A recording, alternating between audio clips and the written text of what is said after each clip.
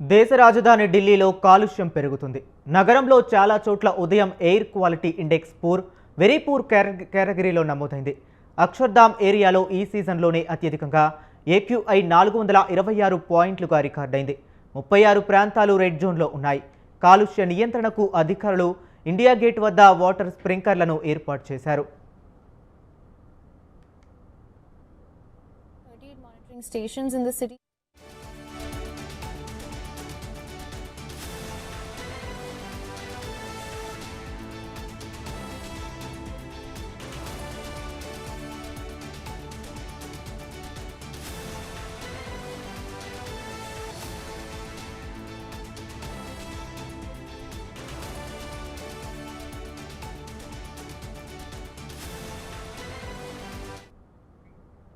ఢిల్లీలో సగటు AQI 350కు పైగా నమోదైనట్టు తెలుస్తుంది. 38 మానిటరింగ్ స్టేషన్లలో 9 ఇప్పటికే వెరీ పూర్ కేటగిరీలోకి వెళ్లిపోయాయని పొల్యూషన్ కంట్రోల్ బోర్డు అధికారులు తెలిపారు.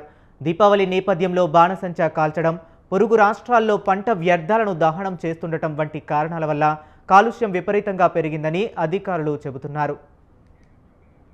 ఇక ఇదే అంశం గురించి మరింత సమాచారాన్ని మా Delhi bureau chief Naveen phone లైన్లో అందిస్తారు. నవీన్, చెప్పండి. ఢిల్లీలో రికార్డు స్థాయిలో వాయు కాలుష్యం పడిపోయినట్టు కూడా ఇప్పటికే అధికారులు కూడా చెప్పడం జరుగుతుంది. ఎందుకంటే ఉన్న దీపావళి పండుగ తర్వాత ఉన్నటువంటి పొల్యూషన్ ద్వారా AQI దాదాపు 350 దాటి పలు చోట్ల ఉందని చెప్పేసి కూడా ఇటు AQI ద్వారా కూడా మనకి స్పష్టంగా అర్థమవుతుంది. ఎందుకంటే ఢిల్లీలో ఉన్నటువంటి మెయిన్ సెంట్రల్ ఢిల్లీతో పాటు ఢిల్లీ చుట్టుపక్కల ఉన్నటువంటి నోయిడా కావచ్చు, గాజియాబాద్ కావచ్చు, ఇటు పటేల్ చౌక్ కావచ్చు, ఇంకా హర్యానా సరిహద్దులు ఉన్నటువంటి ఆ ప్రాంతాల్లో మాత్రం ఎక్కువగా కాలుష్యం కూడా నమోదైనట్టు కూడా ఇప్పటికే ఇటు అధికారులు కూడా చెప్తున్నటువంటి పరిస్థితి నెలకొంది. అంటే ముఖ్యంగా దాదాపు 345కి పడిపోయినట్టు కూడా తెలుస్తుంది. ఎందుకంటే నిన్న ఉదయం 7 గంటల నుంచి కూడా ఈ పొల్యూషన్ అనేది చాలా వరకు పెద్ద ఎత్తున కూడా ఈ పొల్యూషన్ అనేది పెరిగినట్టు కూడా ఉన్నటువంటి అధికారులు కూడా చెప్పడం చెప్తుంది. అంటే వెరీ ప్యూర్ లెవెల్, అంటే ఇది నాణ్యత సంబంధించినటువంటి అంశాలు కావచ్చు, ఇంకా ఇటు ఎయిర్ క్వాలిటీకి సంబంధించినటువంటి AQI అంటే ఎయిర్ క్వాలిటీ ఇండెక్స్ సంబంధించినటువంటి అధికారులతో పాటు దాని ద్వారా స్పష్టంగా ఒకటే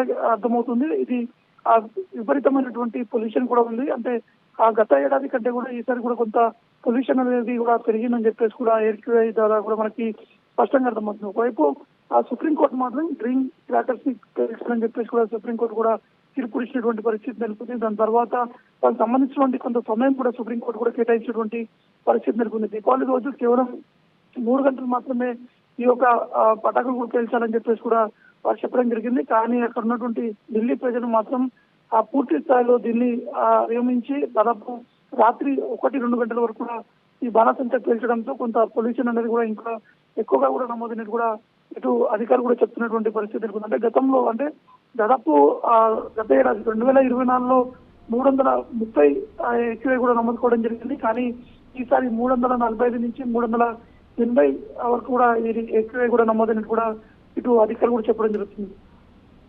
రైట్, థ్యాంక్ యూ నవీన్.